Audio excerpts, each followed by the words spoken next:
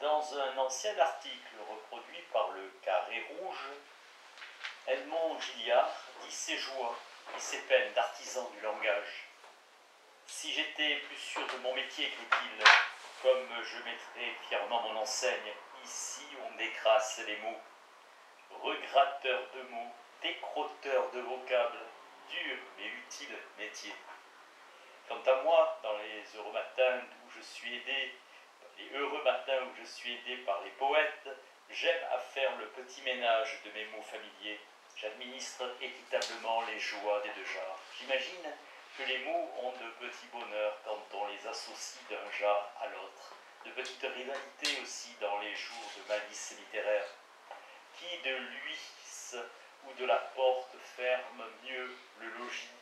Que de nuances psychologiques entre l'huisse rébarbatif et la porte accueillante. Comment des mots qui ne sont pas de même genre pourraient-ils être synonymes? Il faut ne pas aimer écrire pour le croire. Comme le fabuliste qui disait le dialogue du rat des villes et du rat des champs, j'aimerais à faire parler la langue amicale et le stupide lampadaire, ce trisottin des lumières du salon. Les choses voiles parlent entre elles, pensaient le bon Estonnier qui leur faisait raconter comme des commères le drame des habitants de la maison. Combien les discours seraient plus vifs, plus intimes entre les choses et les objets si chacun pouvait trouver sa chacune. Car les mots s'aiment, ils ont été comme tout ce qui vit, créés hommes et femmes. Et c'est ainsi que dans des rêveries sans fin, j'excite les valeurs matrimoniales de mon vocabulaire. Parfois dans des rêves plébéiens, j'unis le coffret et la terrine, mais les toutes proches synonymies qui vont du masculin au féminin m'enchantent. Je ne cesse d'en rêver, toutes mes rêveries se dualisent.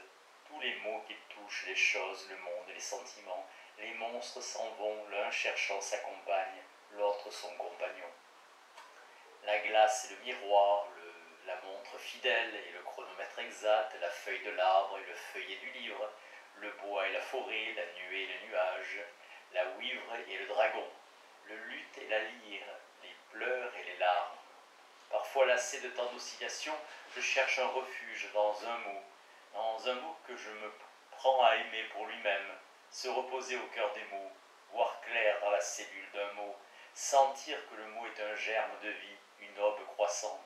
Le poète dit tout cela en un vers. Edmond van der Kamen, dans La porte sans mémoire. Un mot peut être une aube et même un sûr abri. Dès lors, quelle joie de lecture et quel bonheur d'oreille quand, en lisant Mistral, on entend le poète de Provence mettre le mot berceau au féminin. L'histoire serait douce à compter dans la beauté des circonstances, pour cueillir des fleurs de glé. Mistral, qui à 4 ans est tombé dans les temps, sa mère l'en retire et lui met des vêtements secs, mais les fleurs sur l'étang sont si belles que l'enfant, pour les cueillir, fait encore un faux pas. Faute de nouveaux vêtements, il faut lui mettre sa robe des dimanches. En robe du dimanche, la tentation est plus forte que toutes les défenses. L'enfant retourne à l'étang et Derechef tombe à l'eau.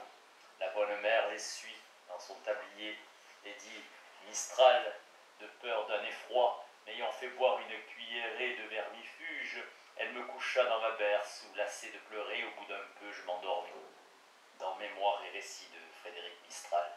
Il faut lire dans le texte toute l'histoire que je résume, ne pouvant retenir que la tendresse qui se condense dans un mot, qui console et qui aide à dormir. Dans ma berce, dit Mistral, dans une berce, quel grand sommeil pour une enfance. Dans une berce, on connaît le vrai sommeil, puisqu'on dort dans le féminin. Un des plus grands travailleurs de la phrase a fait un jour cette remarque. Vous avez certainement observé ce fait curieux, que tel mot qui est parfaitement clair quand vous l'entendez ou l'employez dans le langage courant, et qui ne donne lieu à aucune difficulté, quand il est engagé dans le train rapide d'une phrase ordinaire, devient magiquement embarrassant, introduit une résistance étrange, déjoue tous les efforts de définition aussitôt que vous le retirez de la circulation pour l'examiner à part, et que vous lui cherchez un sens après l'avoir soustrait à sa fonction instantanée. Paul Valéry dans Variété. Les mots que Valéry prend comme exemple sont deux mots qui, l'un et l'autre, depuis longtemps, font l'important. Ce sont les deux mots temps et vie. Retirés de la circulation l'un et l'autre de ces deux mots font immédiatement figure d'énigme. Mais pour des mots moins ostentatoires, l'observation de Valéry se développe en finesse psychologique. Alors, les simples mots, les mots tout simples, viennent se reposer dans le gîte d'une rêverie. Valéry peut bien dire que nous ne nous comprenons nous-mêmes que grâce à la vitesse de notre passage par les mots. La rêverie, la lente rêverie découvre les profondeurs dans l'immobilité d'un mot. Par la rêverie, nous croyons dans un mot découvrir l'acte qui nomme. Léo Liebrecht, mon orgue de barbarie. Les mots rêvent qu'on les nomme, écrit-il. Ils veulent qu'on rêve en les nommant, et cela tout simplement sans creuser l'abîme des étymologies. Dans leur être actuel, les mots en amassant des songes deviennent des réalités. Quel rêveur de mots pourrait s'arrêter de rêver quand il lit ces deux vers de Louis Émier? Un mot circule dans l'ombre et gonfle les draperies dans le nom du feu.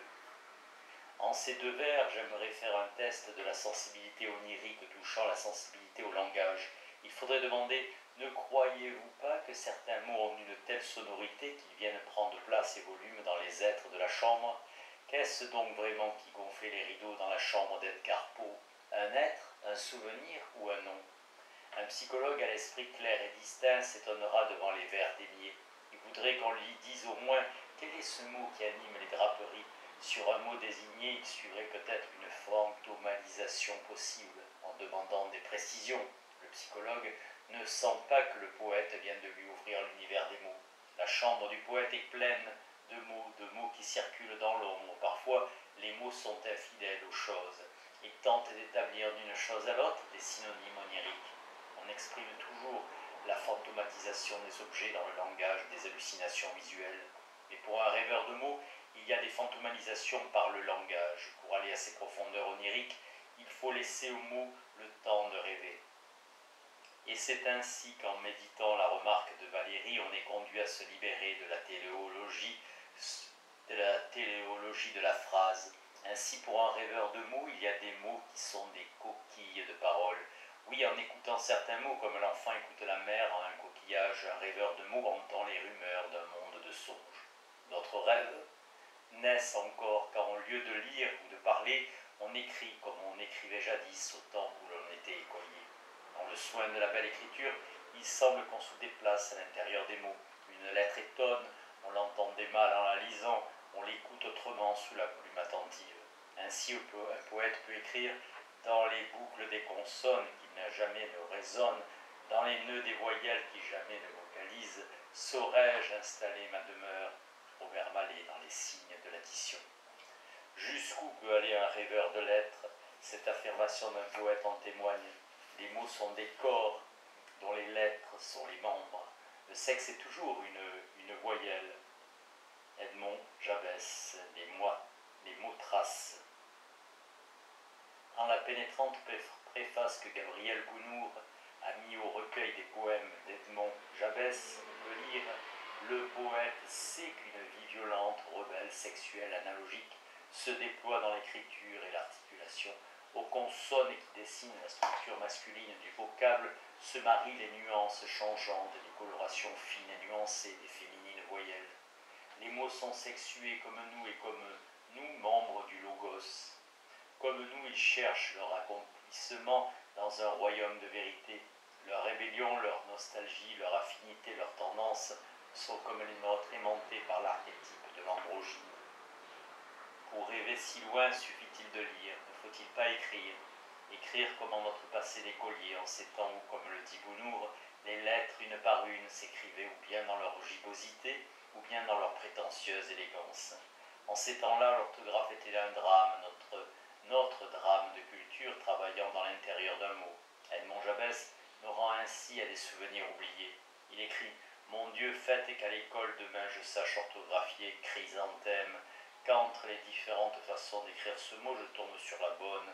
Mon Dieu, faites que les lettres qui se livrent me viennent en aide, que mon maître comprenne qu'il s'agit bien de la fleur qu'il affectionne et non de la pyxide dont je puis à volonté colorier la carcasse, denteler l'ombre et le fond des yeux et qui hante mes rêveries. » Et ce mot chrysanthème avec un intérieur si chaud, de quel genre peut-il être? Ce genre dépend pour moi de tel novembre d'autrefois. On disait dans mon vieux pays, soit un, soit une. Sans l'aide de la couleur, comment se mettre le genre dans l'oreille? En écrivant, on découvre dans les mots des sonorités intérieures. Les diphtongues sonnent autrement sous la plume. On les entend dans leur son divorcé.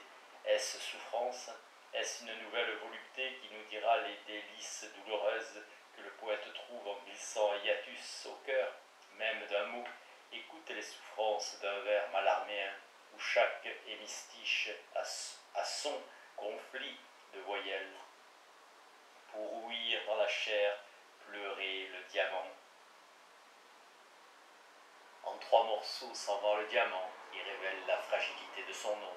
Ainsi s'expose le sadisme d'un grand poète. En lisant trop vite, le vers est un décasyllabe, mais quand ma plume épelle, les vers retrouvent ses 12 pieds et l'oreille est obligée au noble travail d'un rare alexandrin.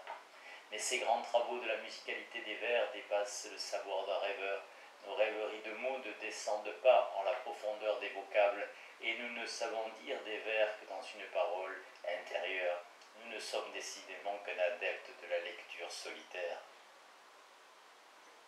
Ayant avoué sans doute avec trop de complaisance ces pensées vagabondes qui tournent autour d'une idée fixe, ces vésanies qui se multiplient dans les heures de rêverie, qu'il me soit permis d'indiquer la place qu'elles ont tenue dans ma vie de travailleur intellectuel. Si je devais résumer une carrière irrégulière et laborieuse, marquée par des livres divers, le mieux serait de la mettre sous les signes contradictoires masculins et féminins du concept et de l'image. Entre le concept et l'image, pas de synthèse, pas non plus de filiation, surtout pas cette filiation toujours dite, jamais vécue, par laquelle les psychologues font sortir le concept de la pluralité des images. Qui se donne de tout son esprit au concept, de toute son âme à l'image, sait bien que les concepts et les images se développent sur 2 lignes divergentes de la vie spirituelle. Peut-être même est-il bon d'exciter une rivalité entre l'activité conceptuelle et l'activité d'imagination. En tout cas, on ne trouve que mécompte si l'on prétend les faire coopérer. L'image ne peut donner une matière au concept. Le concept, en donnant une stabilité à l'image, en étoufferait la vie. Ce n'est pas non plus qui tenterait d'affaiblir par des transactions confessionnelles la nette polarité de l'intellect et de l'imagination.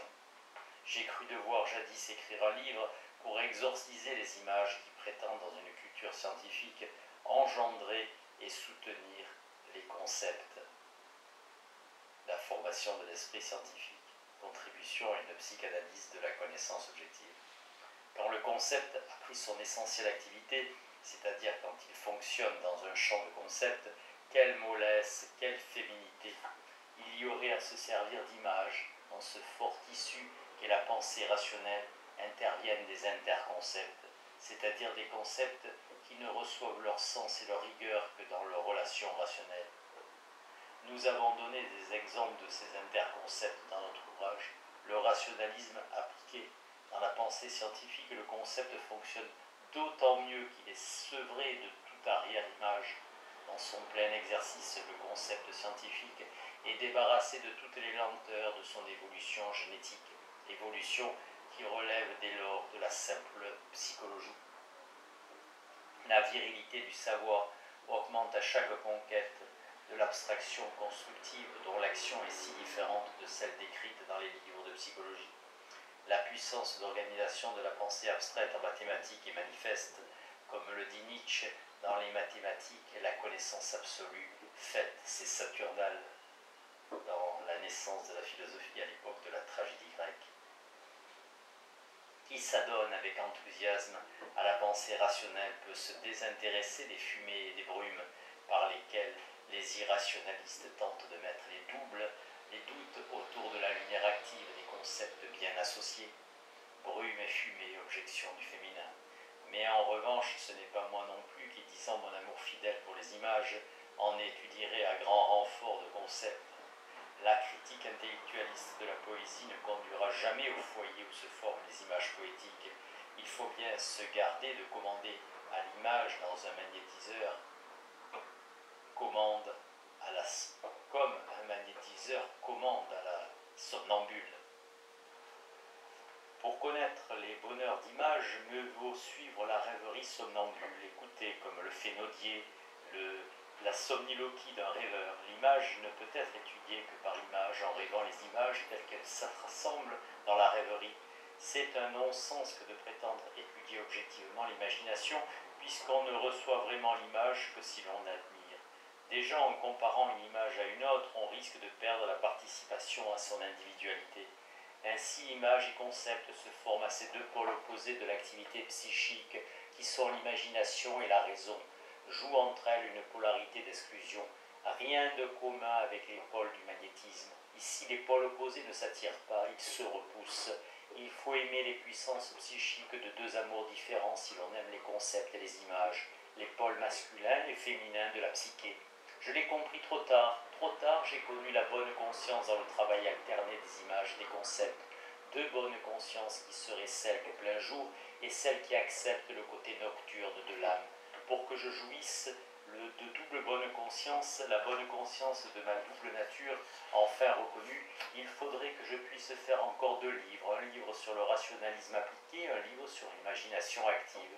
Une bonne conscience, c'est pour moi si insuffisante que soient les œuvres. Une conscience occupée, jamais vide, la conscience d'un homme au travail jusqu'à son dernier souffle. Rêverie sur la rêverie. En disant aussi simplement que nous venons de le faire avec une innocence de philosophe, nos songeries sur le masculin et le féminin des mots, nous savons bien que nous ne suggérons là qu'une psychologie de surface. De telles remarques jouant sur le vocabulaire ne peuvent retenir l'attention des psychologues qui s'efforcent de dire dans un langage précis et stable ce qu'ils observent objectivement, dans l'idéal même de l'esprit scientifique. Les mots entre eux, chez eux, ne rêvent pas. Si même le psychologue était sensible à nos indices, il ne manquerait pas de nous dire que les pauvres désignations verbales, déjà, risquent d'apparaître comme une inflation des valeurs du masculin et du féminin. On nous objectera aisément en employant une formule toute faite que nous quittons la chose pour le signe et que les caractères de la féminité et la virilité sont si profondément inscrits dans la nature humaine que les rêves de la nuit eux-mêmes connaissent les drames des sexualités opposées. Mais ici, comme dans bien d'autres pages de cet essai, nous opposerons le rêve et la rêverie. Alors, dans nos amours en paroles, dans les rêveries où nous préparons les paroles que nous dirons à l'absente, les mots, les beaux mots prennent une pleine vie et il faudra bien qu'un psychologue vienne un jour étudier la vie en paroles, la vie qui prend un sens en parlant. Nous croyons pouvoir montrer aussi que les mots n'ont pas exactement le même poids psychique, selon qu'ils appartiennent au langage de la rêverie ou au langage de la vie claire, au langage reposé ou au langage surveillé, au langage de la poésie naturelle ou au langage martelé par les prosodies autoritaires. Le rêve nocturne peut bien être une lutte violente ou rusée contre les censures. La rêverie nous fait connaître le langage sans censure. Dans la rêverie solitaire, nous pouvons nous dire tout à nous-mêmes. Nous avons encore une assez claire conscience pour être sûrs que ce que nous disons à nous-mêmes, nous le disons vraiment qu'à nous-mêmes. Rien d'étonnant alors que dans la rêverie solitaire, nous nous connaissions à la fois au masculin et au féminin. La rêverie qui vit l'avenir d'une passion idéalise l'objet de sa passion. L'être féminin idéal écoute le rêveur passionné. La rêveuse suscite les déclarations d'un homme idéalisé. Nous reviendrons dans les chapitres suivants sur ce caractère idéalisant de certaines rêveries. Cette psychologie idéalisante est une réalité psychique indéniable. La rêverie idéalise à la fois et son objet et le rêveur. Et quand la rêverie vit dans un dualisme, une dualistique du masculin et du féminin, l'idéalisation est à la fois concrète et sans limite. Pour nous connaître doublement en être réel et en être idéalisant, il nous faut écouter nos rêveries.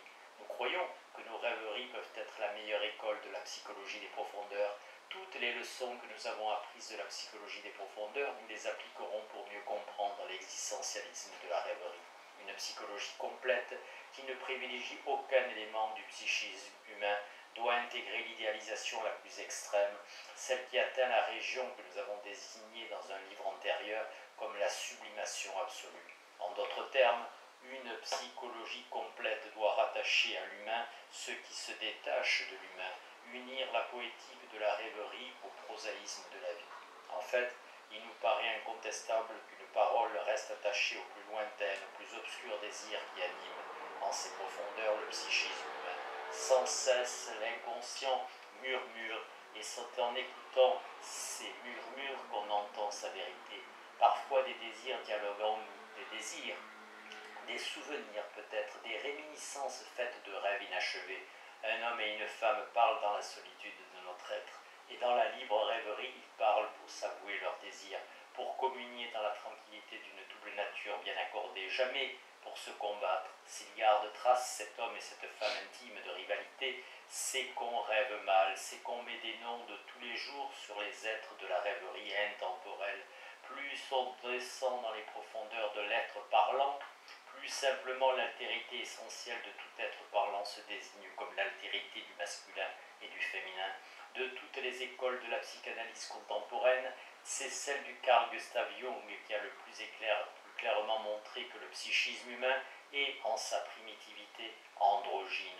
Pour Jung, l'inconscient n'est pas un conscient refoulé, il n'est pas fait de souvenirs oubliés, il est une nature première.